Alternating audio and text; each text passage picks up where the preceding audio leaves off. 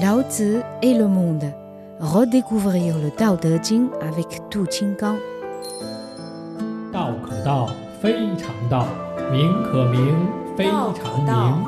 无名，天地之始；道可道，非常道；名可名，非常名。天地之始，天地之始，万物之母。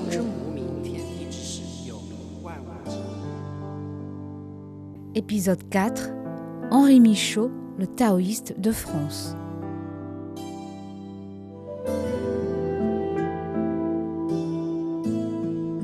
Nous continuons notre visite dans le monde de Lao Tzu, une visite guidée par le professeur Du Qinggang pour mieux comprendre le Tao Te Ching.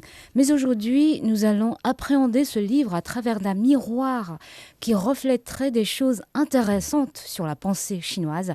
Ce miroir, c'est Henri Michaud, le poète français qui, à vos yeux, est un adepte de Lao Tzu. Né à Namur en 1899, mort en 1984, Henri Michaud est un poète français qui a originalement marqué la littérature mondiale. On partage une remarque.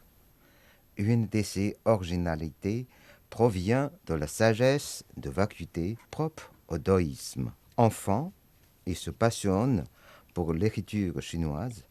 Adulte, il cherche à se détacher de sa culture germanique. Comme matelot, il voyage partout dans le monde sans pourtant pouvoir trouver un endroit qui corresponde à l'aspiration de son âme. À Paris, il lit attentivement Tao Te Ching. À Rusbrook, dévore les chants de Maldoror de Lautréamont. Dans une lettre, le poète original confie à Pollan: « Je suis heureux d'avoir lu et relu Lao Tzu pour trouver ici l'occasion de ne pas devenir enragé. » Donc, c'est le livre de Lao Tzu qui l'a aidé à se maîtriser, à se calmer. Henri Michaud est arrivé en Chine en 1933, où il a voyagé pour 3 ou 4 mois, du sud au nord jusqu'à la capitale Beijing. Ce voyage lui a permis d'observer de tout près le pays, le peuple, sa façon de vivre et sa culture, et de s'immerger dans le Tao, la sagesse de la Chine. Oui, vous avez bien dit. En 1931, le poète fait enfin son voyage. Après l'Inde, il arrive en Chine. Enchanté et émerveillé, il regarde, douche, écoute, réfléchit, étudie, note, souriant sans cesse, comme sur une terrasse promise, enfin retrouvée.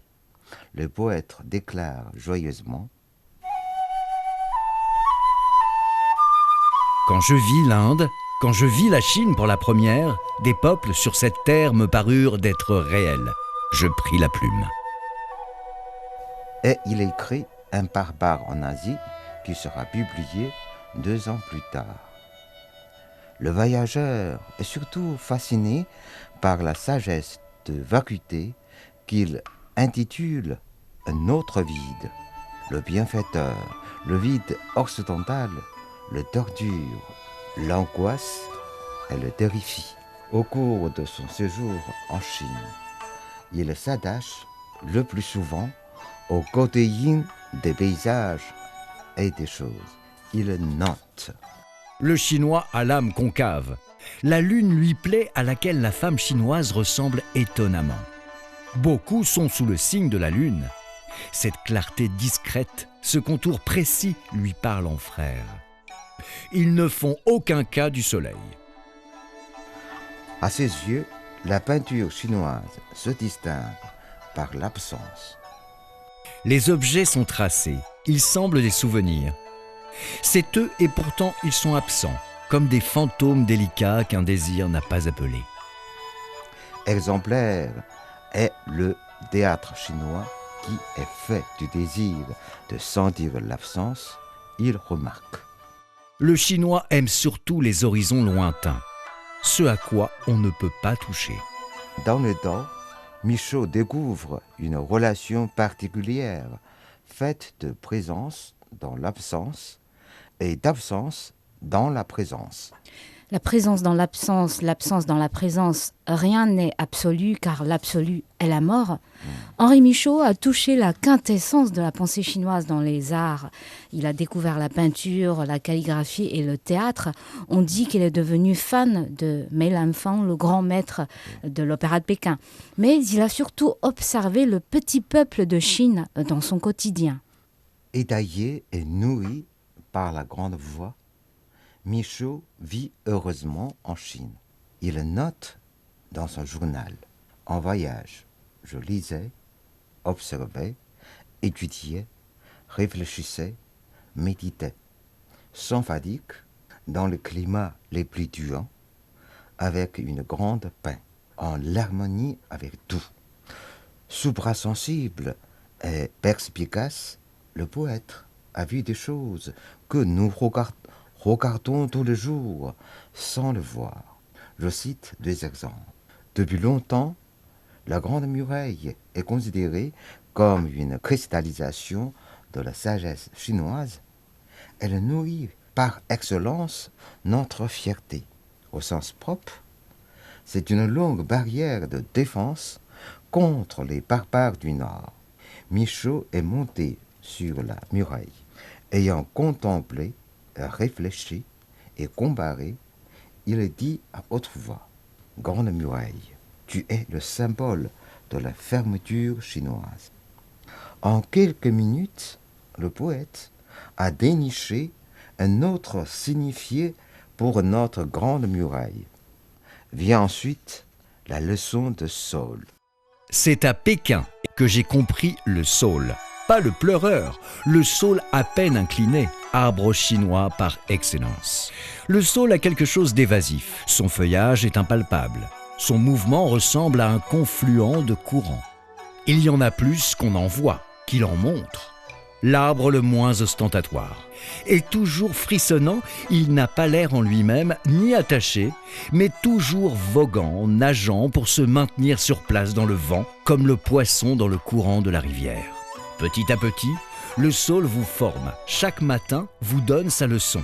Et un repos fait de vibrations vous saisit, si bien que pour finir, on ne peut plus ouvrir la fenêtre sans avoir envie de pleurer.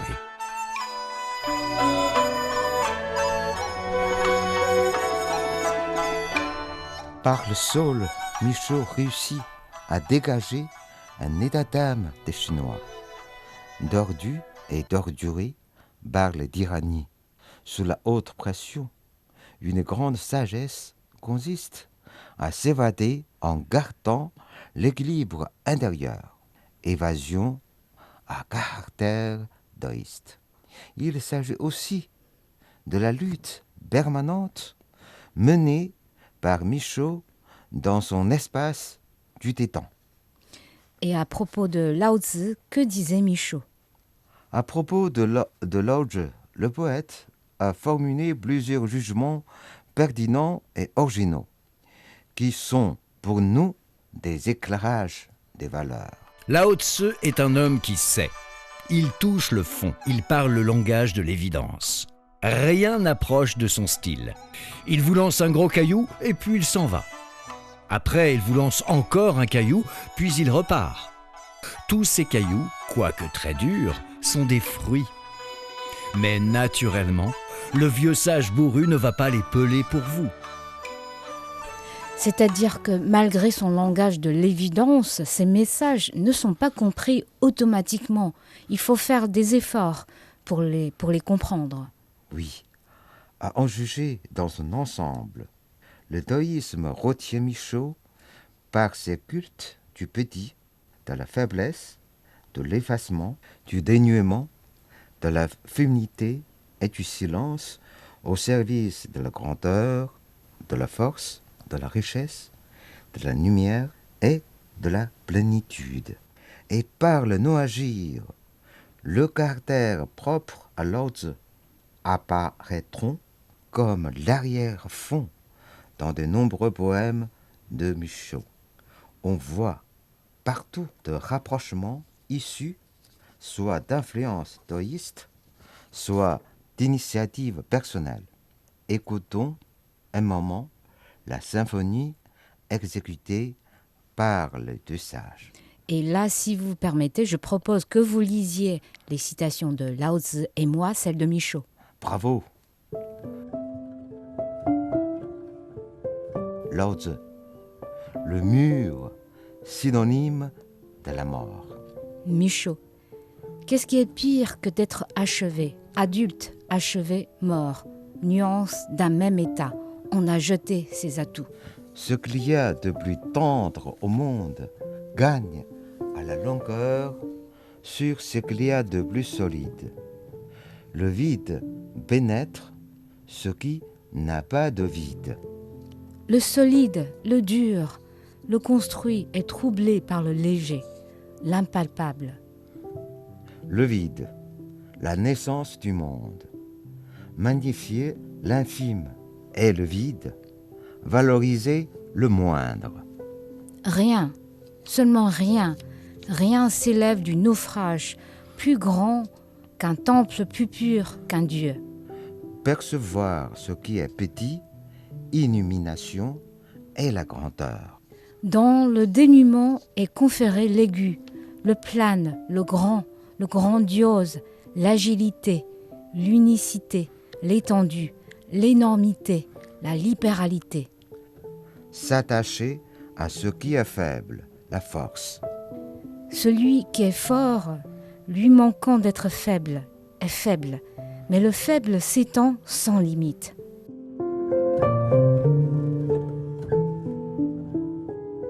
Michaud a publié en 1933 un barbare en Asie, dans lequel il décrit ce qu'il observe lors de ses voyages en Inde, en Chine et au Japon, et note sur un ton plutôt bienveillant les différences culturelles existant entre ces populations et celles d'Europe occidentale, et ce que les Européens pourraient apprendre de ces populations. Bienveillant est un bon mot. De retour à Paris, il en éprouve une forte nostalgie. Le Tao, en Chine, est simple comme tout. C'est l'évidence, mais ici à Paris, ça ne rend pas assez du moins.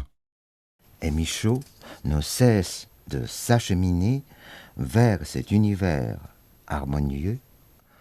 En 1934, année qui suit immédiatement un barbare en Asie, paraît Vers la sérénité, poème qui marque une étape importante dans la vie spirituelle de Michaud. Dans ce merveilleux texte d'inspiration extrême orientale, l'auteur nous parle de son entrevue avec la mère de sagesse. Sans être sorti, le monde lui est familier. Il connaît la mer est constamment sous lui. Une mer sans eau, mais non sans étendue. Il connaît bien les rivières. Il les traverse constamment, sans eau, mais non sans langueur, mais non sans torrent soudain. Alors, que veulent dire ces vers et qu'est-ce que le texte de Michaud a-t-il de Orient? Lao Tzu avait dit « Je suis vague comme la mer ». L'attaque du poème est aussi citée de Tordotine, chapitre 47. Il est illustré la notion du Tao sous forme de mer sans eau, non pas sans étendue, d'un grand arbre sans cellulose, mais bien ferme. Ces images paradoxales illustrent à merveille la nature du Tao qui est fait de présence au cœur de l'absence, ou le visible dans l'invisible, et l'invisible dans le visible. Dès le début, Lao Tzu explique.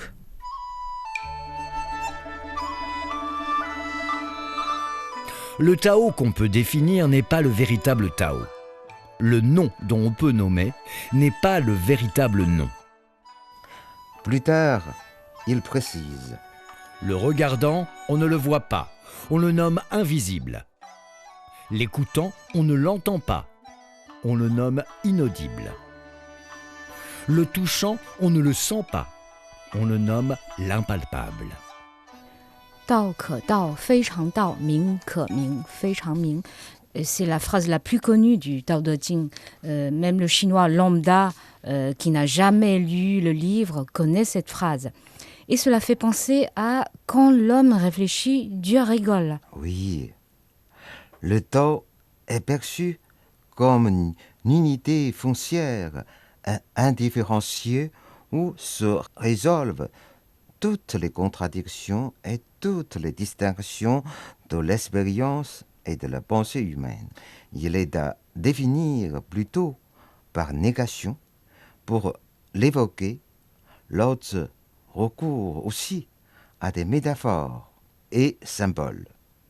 Un bol que le liquide ne comble pas, à l'eau qui est l'image de la faiblesse et de l'effacement, mais qui est en même temps celle de la puissance et de l'affirmation.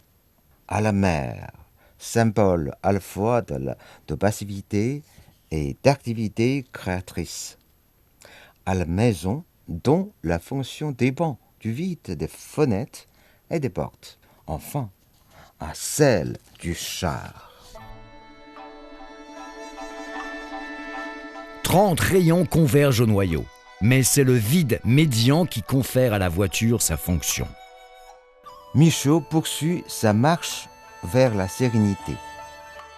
S'il abat des bouleaux, c'est comme s'il n'abattait rien, mais les bouleaux sont là, par terre. Nous en venons au fameux principe de non-agir qui constitue la règle de conduite pour celui qui veut vivre en harmonie avec les dents. Le non-agir n'est pas l'absence d'action. C'est au fond une espèce d'activité spontanée et inépuisable. C'est agir par le non-agir. Lao Tzu explique. Le Tao reste dans l'état de non-agir et il n'est rien qui ne fasse. René Guénon éclaire ainsi ce principe. Le non-agir n'est point l'inertie. Il est au contraire la plénitude de l'activité. Mais c'est une activité transcendante et tout intérieure, non manifestée, en union avec le principe, donc au-delà de toute distinction et de toutes les apparences. Travailler par inaction, à inaction, tout est possible. À notre Michaud. Ce principe a contribué à l'élaboration de sa politique du vide. Je cite un de ses entretiens avec Berthollet. Je ne sais pas faire de poèmes, ne me considère pas comme un poète, ne trouve pas particulièrement de la poésie dans les poèmes et ne suis pas le premier à le dire. La poésie, qu'elle soit transport, invention ou musique, est toujours un impondérable qui peut se trouver dans n'importe quel genre, soudain élargissement du monde. Sa sensibilité peut être plus forte dans un tableau, une photographie, une cabane. Ce qui irrite et gêne dans le poème, c'est le narcissisme, le quiétisme, deux cul-de-sac, et l'attendrissement assommant sur ses propres sentiments. Je finis par le pire, le côté délibéré. Or, la poésie est un cadeau de la nature, une grâce, pas un travail. Alors dans ce sens, le poète n'est rien qu'un transcripteur ou un intermédiaire. Et il faut savoir s'effacer pour comprendre le message. Oui, vous avez raison. Parce que viser à une fin, c'est impropre à gagner l'univers, avait dit Lao Tzu, auquel répond Michaud à la fin de ses entretiens. La seule ambition de faire un poème suffit à le tuer. Renoncer à l'ambition artificielle de faire le poème, c'est pour activer la spontanéité, pour mieux parvenir à l'essence. Le cite Michaud. Annihiler son être et son action, et l'univers vient à vous. Ayant renoncé à tout, je me retrouvais. Bien entendu, le non-agir dans l'écriture ne signifie point l'absence de l'élaboration. En revanche, l'œuvre de Lao Tzu, comme celle de Michaud, sont nées d'une longue et ingénieuse organisation. Ce qui compte, c'est d'accorder une attention privilégiée au mouvement le plus pur et spontané du corps et de l'esprit. Loin des artifices, Michaud peut mieux donner libre cours à son rythme et mouvement intérieur, à son angoisse comme à sa haine, à sa tendresse comme à sa brutalité, à ses turbulences comme à sa sérénité. Il finit par devenir un des grands poètes de la littérature française. En effet, vers la sérénité ne marque que le premier pas dans la démarche vers la sagesse stoïste. Il s'agit plutôt d'une entrevue, encore loin de la rencontre fructueuse, car, je cite, « le grand arbre, sans cellulose, mais bien ferme, mûrit en lui un fruit amer, amer souvent, doux rarement. » Et Michaud poursuit ses efforts. Il cherche et recherche durant 25 ans. La quête de Michaud porte enfin ses fruits délicieux après tant de détours. Enfin, au bout du vide désertique, lié à l'angoisse, à la terreur et à la mort, surgit dans sa plénitude l'univers des dents. Dès lors, un grand renversement s'opère dans l'œuvre du poète. Ce n'est plus l'image du petit, de la faiblesse, mais l'ampleur et la grandeur. Ce n'est plus la chute qui le hantait et le précipitait, mais l'ascension. Je gagne le haut, plateau. Plateau toujours plus haut, plateau. Encore plus haut, plateau. Ce ne sont plus les ténèbres qui n'ont englouti, mais l'abondance des lumières. Une lumière, quelle lumière! J'habite la lumière. Émerveillé, Michaud acclame de bonheur. Dans une autre vie, dans une autre vue, dans un autre vide, une main immaculée montrerait la voie pure comme le ciel est bleu, bleu sans angoisse. Main d'azur annulant la main tantrique. C'est la voie, sûrement, je m'en remets à elle. Trottet observe avec une remarquable pertinence. Par-delà un écart de plus de 20 siècles, il est parvenu à renouer avec la voie antique chinoise, retrouvant et redécouvrant une à une en lui les lumineuses évidences qui résident à la racine de l'être. En parcourant l'ensemble de ses œuvres, nous découvrons que Michaud a heureusement bénéficié de deux espèces de vie. Aux Indes, il découvre la magie qui est un art magique du vide. Elle pourvoit l'homme et le poète d'une nouvelle façon de se débarrasser de l'inutile approvisionnement pour unifier l'être et accéder à l'âme de tout. Dans des différentes formes artistiques chinoises, Michaud a tiré une leçon du vide esthétique. La concavité intérieure dans la peinture, le peu de syntaxe dans la langue qui laisse place à la poésie, le magnétisme fait du désir de sentir l'absente dans le théâtre peuvent aider l'écrivain à produire des œuvres de richesse infinie et de grande plénitude. Dans l'expression de Roland Barthes, le vide est un signe générateur, haut parlant, un signe surnourrissant. Pour terminer, je dirais, parmi les écrivains français, Michaud comprend le mieux Lao Tzu. Il est le plus taoïste dans la littérature française du XXe siècle. Le Dao De Jing nous permet de mieux éclairer et de séduire le beau-être inclassable. Et presque 90 ans après le voyage de Henri Michaud en Chine, en 2020, le public chinois a pu pour la toute première fois admirer de près les œuvres de l'artiste. Une cinquantaine de ses peintures et poèmes ont été exposés de septembre à octobre de cette année à Power Station of Art, le musée d'art contemporain de Shanghai.